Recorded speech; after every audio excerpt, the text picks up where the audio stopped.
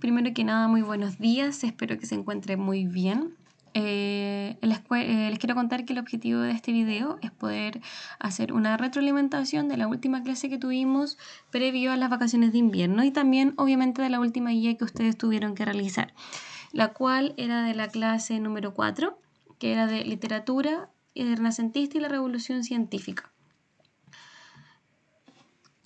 Primero que nada vamos a recordar lo de la producción de libros, que ya lo habíamos visto en el video anterior, que dijimos que la mayoría de los libros donde se van a expandir las ideas principalmente para este periodo, antes se realizaban con los monjes en monasterios, lo que hacía que era o que fueran muy pocos los libros y eran de alto coste, por lo tanto solamente un grupo privilegiado podía adquirirlos.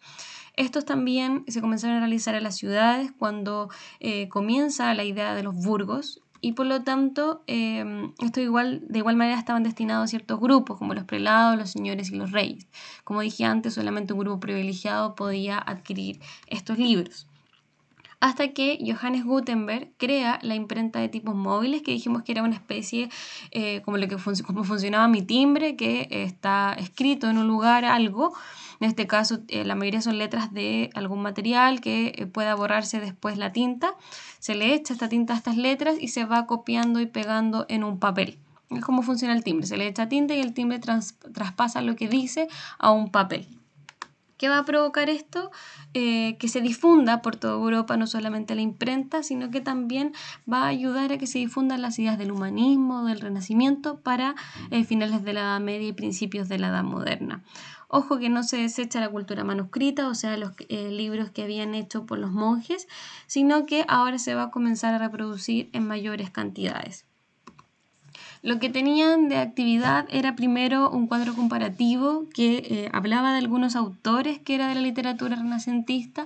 ¿Cuál era el objetivo principal de ese cuadro? Que vieran o dieran cuenta de cómo estos autores, gracias a la expansión de lo que tiene que ver con la imprenta, van a poder expandir sus ideas relacionadas con el humanismo. Algunos hablan específicamente de cómo hay una crítica a la iglesia, cómo los reyes deberían actuar, cómo todo debería estar más centrado en el humano, cómo ahora se justifica el pensamiento a partir de la razón.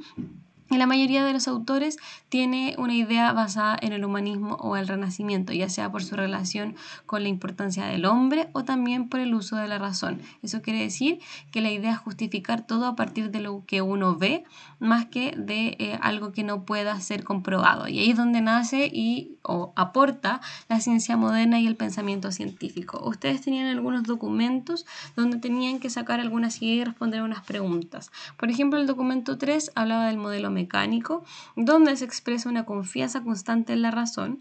La idea es racionalizar las cosas, eso quiere decir poder comprobarlas, y eso va a llevar a todos los ámbitos de la vida, no solamente a la ciencia. Y surge en esta idea de los modernos, las personas modernas, la idea de diferenciarse un poco con los antiguos, de hecho sentirse un poco superiores a los antiguos por los avances que estaban pudiendo tener para este momento. En el documento 4 habla que antes el conocimiento era sancionado, sobre todo cuando se hacía una comparación o se ofendía a la religión católica. Y por lo tanto, ahora la ciencia se va a comenzar a basar en un conocimiento más empírico. O sea, si creo algo, tengo que comprobar su existencia, lo que viene a chocar con la idea de la religión. Por lo tanto, ahora se comienzan a hacer muchos experimentos, es decir, poner a prueba ciertas verdades. Si yo hago un experimento constantemente y funciona, puedo establecer que un experimento en base A va a llevar a una reacción B.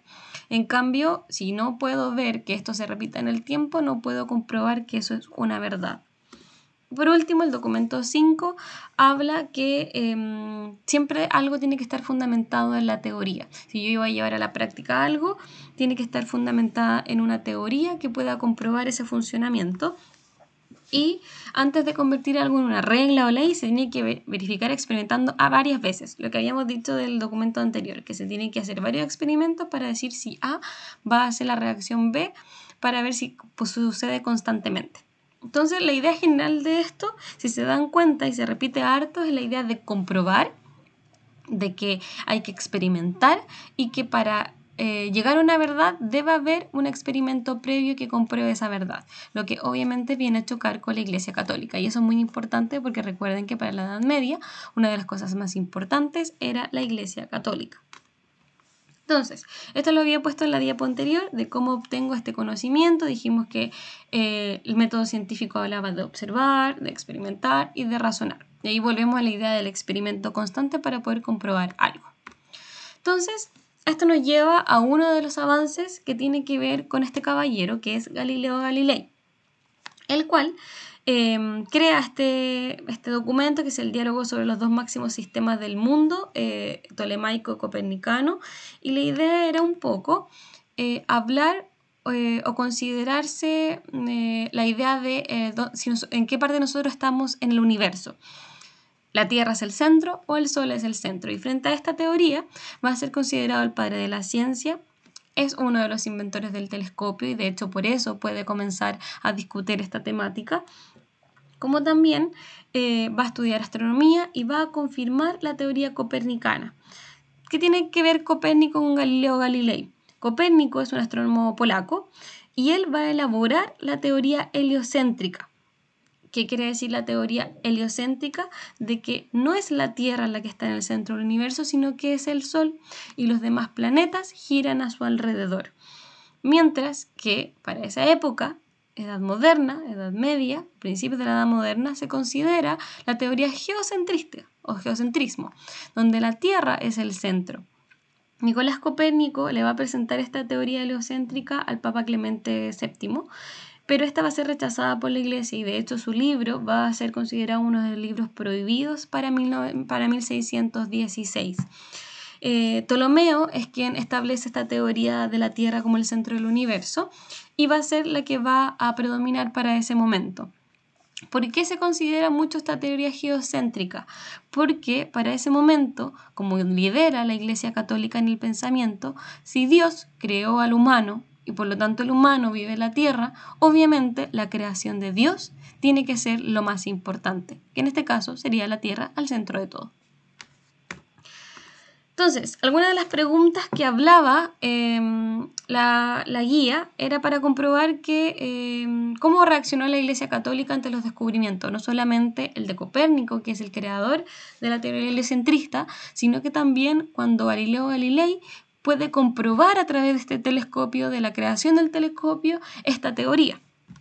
Entonces, podemos ver que en 1615 Galileo es denunciado por la Inquisición, es obligado a abjurar, o sea, a decir que no era verdad lo que estaba diciendo, y condenado en 1633, además de ser quemados los ejemplares de su libro. ¿Por qué o qué buscaba? Prevenir el desorden y el menoscabo de la fe de la Iglesia Católica. Y obviamente hay una visión teocéntrica. ¿Por qué? Porque era la forma universal de pensamiento para ese momento y obviamente no se quería cuestionar. Y acá, en este caso, la visión antropocéntrica va a impactar en las ciencias, en la astronomía y en la anatomía, etc. ¿Cómo puede influir la aparición de la imprenta en estas ideas o en la difusión de la ciencia moderna?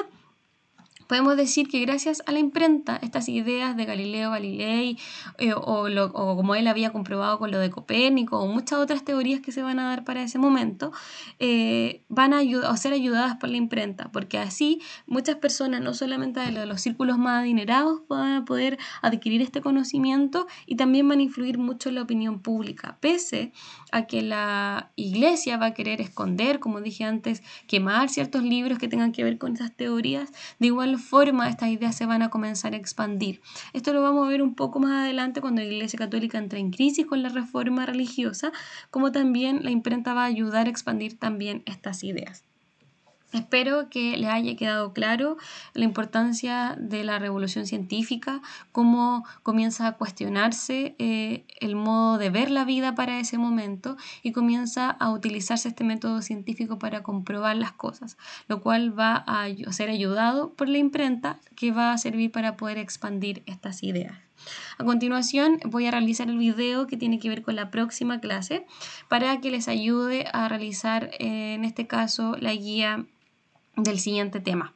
Si tienen alguna duda o consulta, no duden en escribirme en el foro o también de manera interna por dentro de la plataforma Moodle, y así yo responder cualquier duda o consulta que tengan de esta clase o de las siguientes. Espero que estén muy bien, nos vemos pronto, saludos.